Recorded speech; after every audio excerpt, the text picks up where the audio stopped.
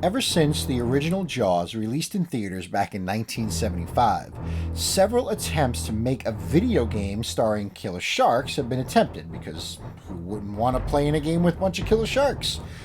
But none quite hit the mark and made you feel like you were in that classic movie.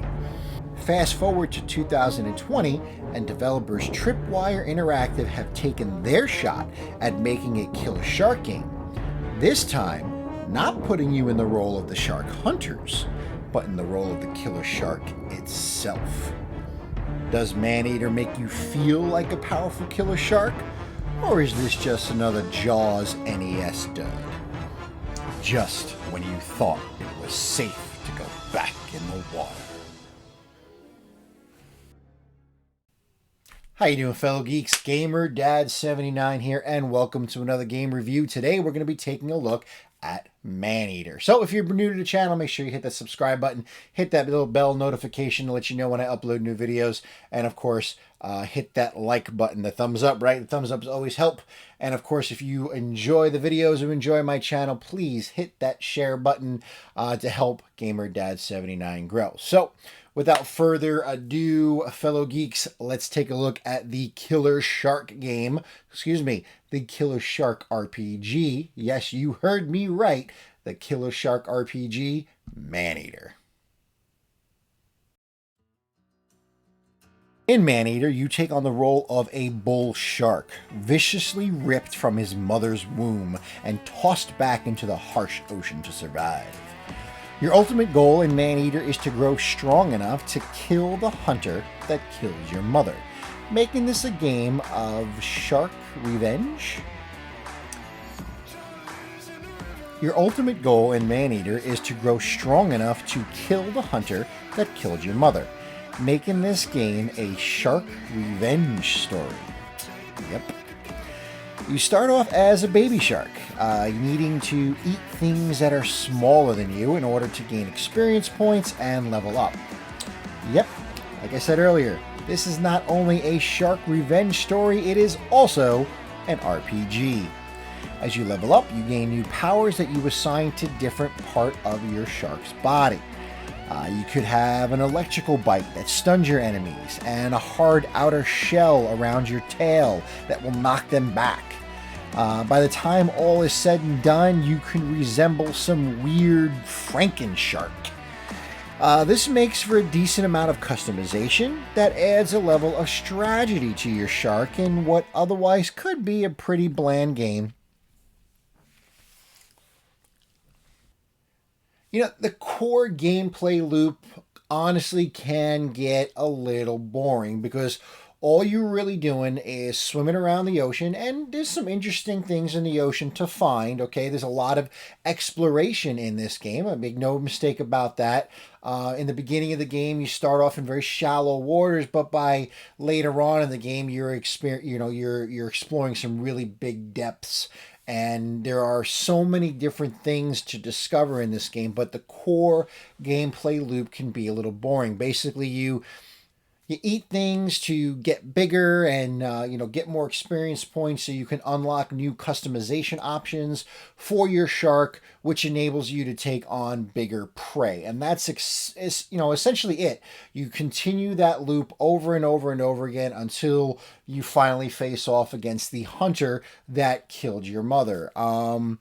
Like I said, you start off as a baby shark, but as you eat more things, you get more experience points, you level up, you become a mega shark, right? Basically the sharks of old, okay, like the old dinosaur sharks, okay? I think they're called mega sharks. I can't remember. But you become one of those giant ass sharks, right? The size of a boat.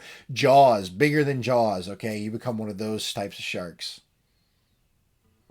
Essentially, like I said, what you do is eat all the other inhabitants of the sea, of which there are a decent variety, right? You level up until you can face the apex predator of the area. Now, there are several different areas to discover, and there's an apex predator in each one. Once you defeat that apex predator, you move on to the next area and face even bigger prey. At the beginning of the game, you are having a very difficult time taking on something simple like an alligator. But by the end of the game, those same alligators are like a one-chop meal, and you're facing off against orca whales in epic battles. Eating everything in sight isn't just as simple as hitting a button to bite. You have a couple of other tricks up your fins. You can dodge out of the way of some of the more aggressive opponents, and you can also swipe your tail to knock them back and stun them, making your bites more effective. Also, when you grab onto smaller prey, you have the option of shaking them back and forth, which does some damage and also stuns them. Ultimately, this simple gameplay loop can get a bit boring in longer play sessions. I enjoyed Man Shark in small, bite-sized pieces. See what I did there? But I enjoy Man Shark in smaller play times, right? A long, extended out play time can get a little boring because you're just repeating the same thing over and over and over again. What does make the game really interesting is its story. It's told through a documentary style. The narrator is hilarious. There's some really, really funny moments throughout the game. When you are focusing on the human aspect side of it, like I said, it's set up like a documentary, like you would see something on the National Geographic or something along those lines, right? During Shark Week, you're following along with this hunter, Scaly Pete, the guy who killed your mother. You're following along with him in his quest, essentially, to kill sharks, right? He thinks sharks are a menace and he wants to kill as many of them as he can. You also face off against other hunters in the game. I kind of neglected to mention that you also can eat humans. You're not just eating other denizens of the ocean. You're not just eating other fish and stuff that are in the ocean. You're also eating on humans. You can get to a point where you can actually jump onto land and kill humans and start eating them. It's really wild and out there. It's really wacky, but you can eat humans in the game. There is kind of a wanted meter, or excuse me, an infamous meter.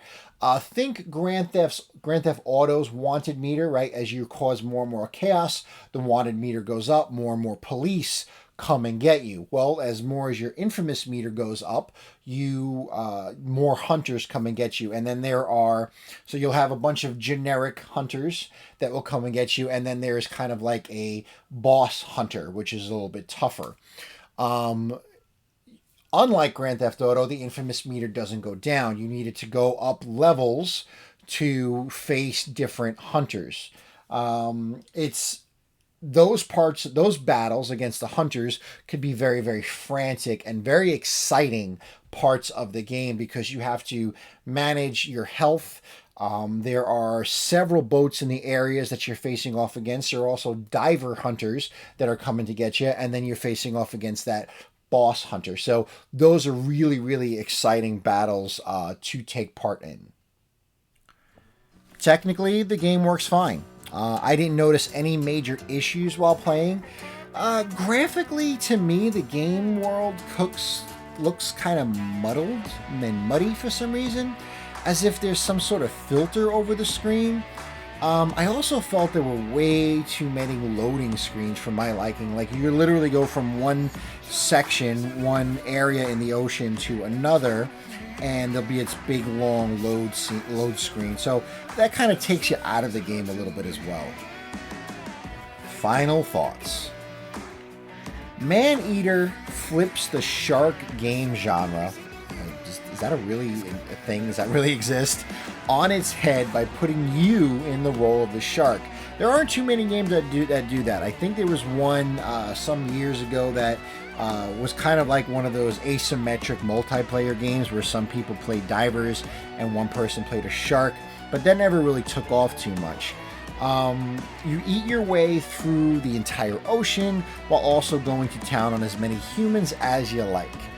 Honestly, the game kind of raises the question as to whether, Scaly Pete, the guy who killed your mother, is the bad guy for hunting your kind and killing your mother, or are you the bad guy because you leave beaches a literal bloodbath in the wake of your destruction? So who is really the bad guy on this?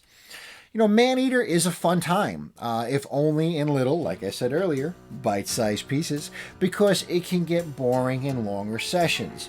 I did have a ton of fun during my time with this game. I love taking on the more challenging apex predators because those battles require a lot of strategy, and also facing off against a fleet of hunters can be exhilarating, like I said earlier. Maneater is available on every major console, and it'll also be coming to the Switch at some point this year. And at $40, it won't put a huge dent in your wallet, so I highly recommend picking up Maneater.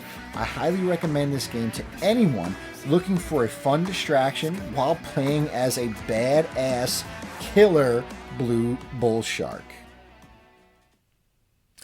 Alright, fellow geeks, that is it for today's video. Let me know in the comments section below if you have played Maneater yet and what you thought about it. Let me know if this video maybe kind of opened your eyes to Maneater.